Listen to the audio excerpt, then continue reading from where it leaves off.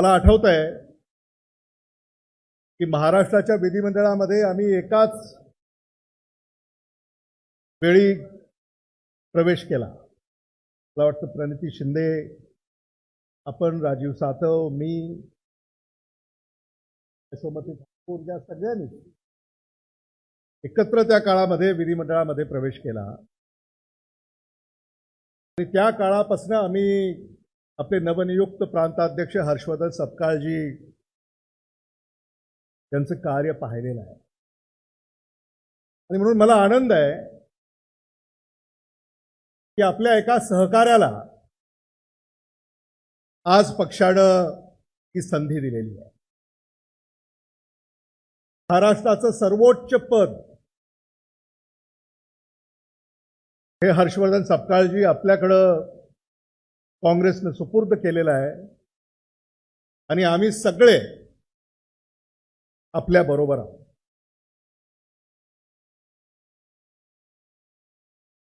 खरं म्हणजे गेली अनेक दिवस हे सगळं सुरू होतं। आपले नेते आदरणीय नानाभाऊ पटोलेजी यांनी राजीनामा दिला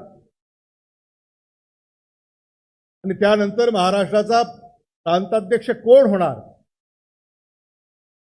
याची चर्चा सुरू झाली आणि ती रंगत राहिली आणि माध्यमांनी सुद्धा त्या चर्चेमध्ये भर घातला। अनेकांची नावं त्या चर्चेमध्ये होती। मला माहिती नाही माझं नाव का होतं, मला कल्पना नाही। आता हे होणार, आता हे नाव स्पर्धेत पाटील, देशमुख, कदम, ठाकूर, आता संध्याकाळपर्यंत घोषणा वगैरे वगैरे। आणि माध्यमांनी काय सांगितलं, पाटील ना देशमुख, फक्त सपकाळ।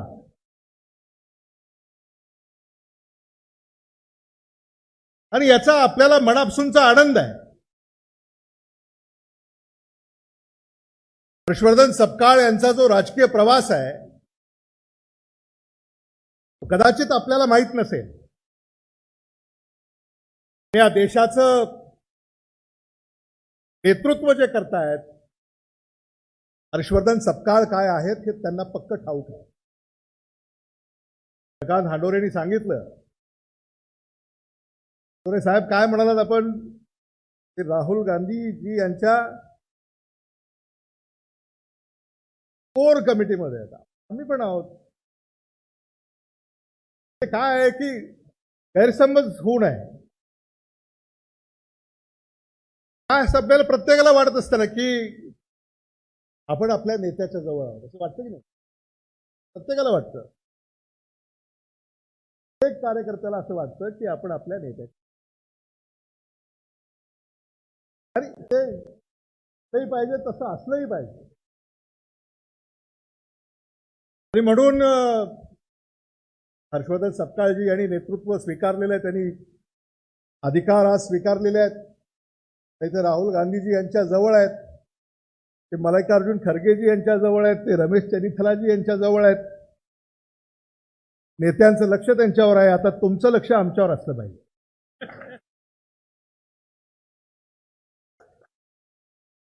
आहे की नाही? बरोबर आहे की नाही? म्हणून आपल्याला आनंद याचा आहे की महाराष्ट्राला खरंच आज अशा नेतृत्वाची गरज आहे जो संघटनेला न्याय देऊ शकतो।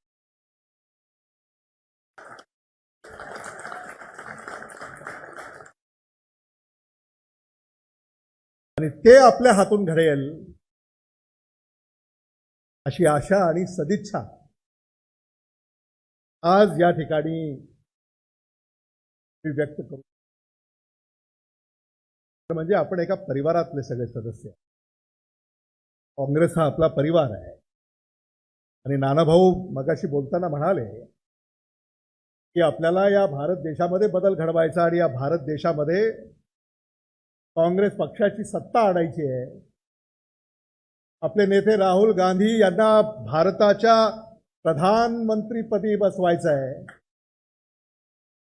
ते जर करायचं असेल तर त्याची सुरुवात आज या क्षणापासून आपल्याला करावी लागेल. त्याची सुरुवात आज या क्षणी आपण करत आहोत. याबद्दल माझ्या मनामध्ये कसली प्रणिती शिंदेजी बोलणार आहेत माझ्यानंतर. महिलांच्या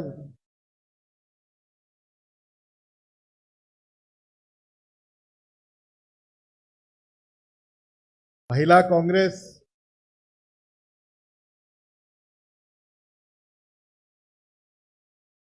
याला आपल्याला कधीही विसरून चालणार नाही. आणि मी वर्षाताई गायकवाड यांची वाट पाहत होतो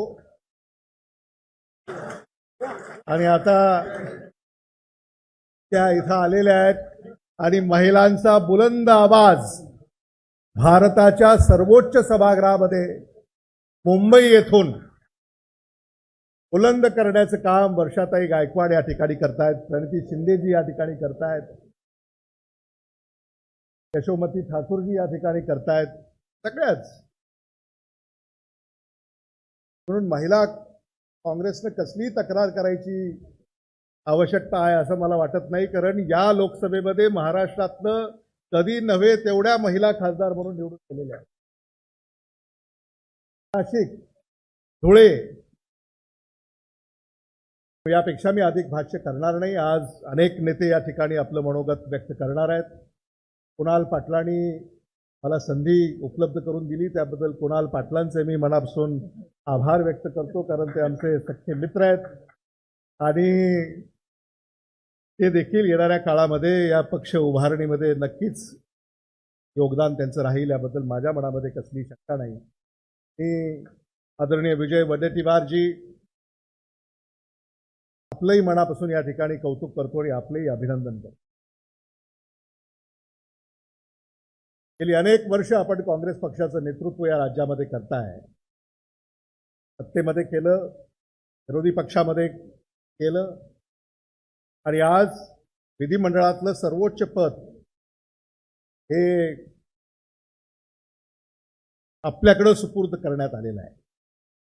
म्हणून मला खात्री आहे की विधिमंडळामध्ये सर्वसामान्यांच्या प्रश्नाला वाचा फोडण्यामध्ये आपण कमी पडणार नाही. किंबहुना महाराष्ट्राला न्याय देण्यासाठी महाराष्ट्राच्या विधिमंडळामध्ये आपण जी भूमिका बजावाल ती भूमिका येणाऱ्या काळामध्ये काँग्रेस पक्षाला खऱ्या अर्थानं नवसंजीवनी देईल याबद्दल माझ्या मनामध्ये कसलीही शंका नाही. आणि म्हणून आपले नेते आदरणीय विजय वडेट्टीवारजी यांना देखील माझ्या वतीनं मी खूप खूप शुभेच्छा या ठिकाणी देतो आणि थांबतो. धन्यवाद. जय हिंद, जय महाराष्ट्र.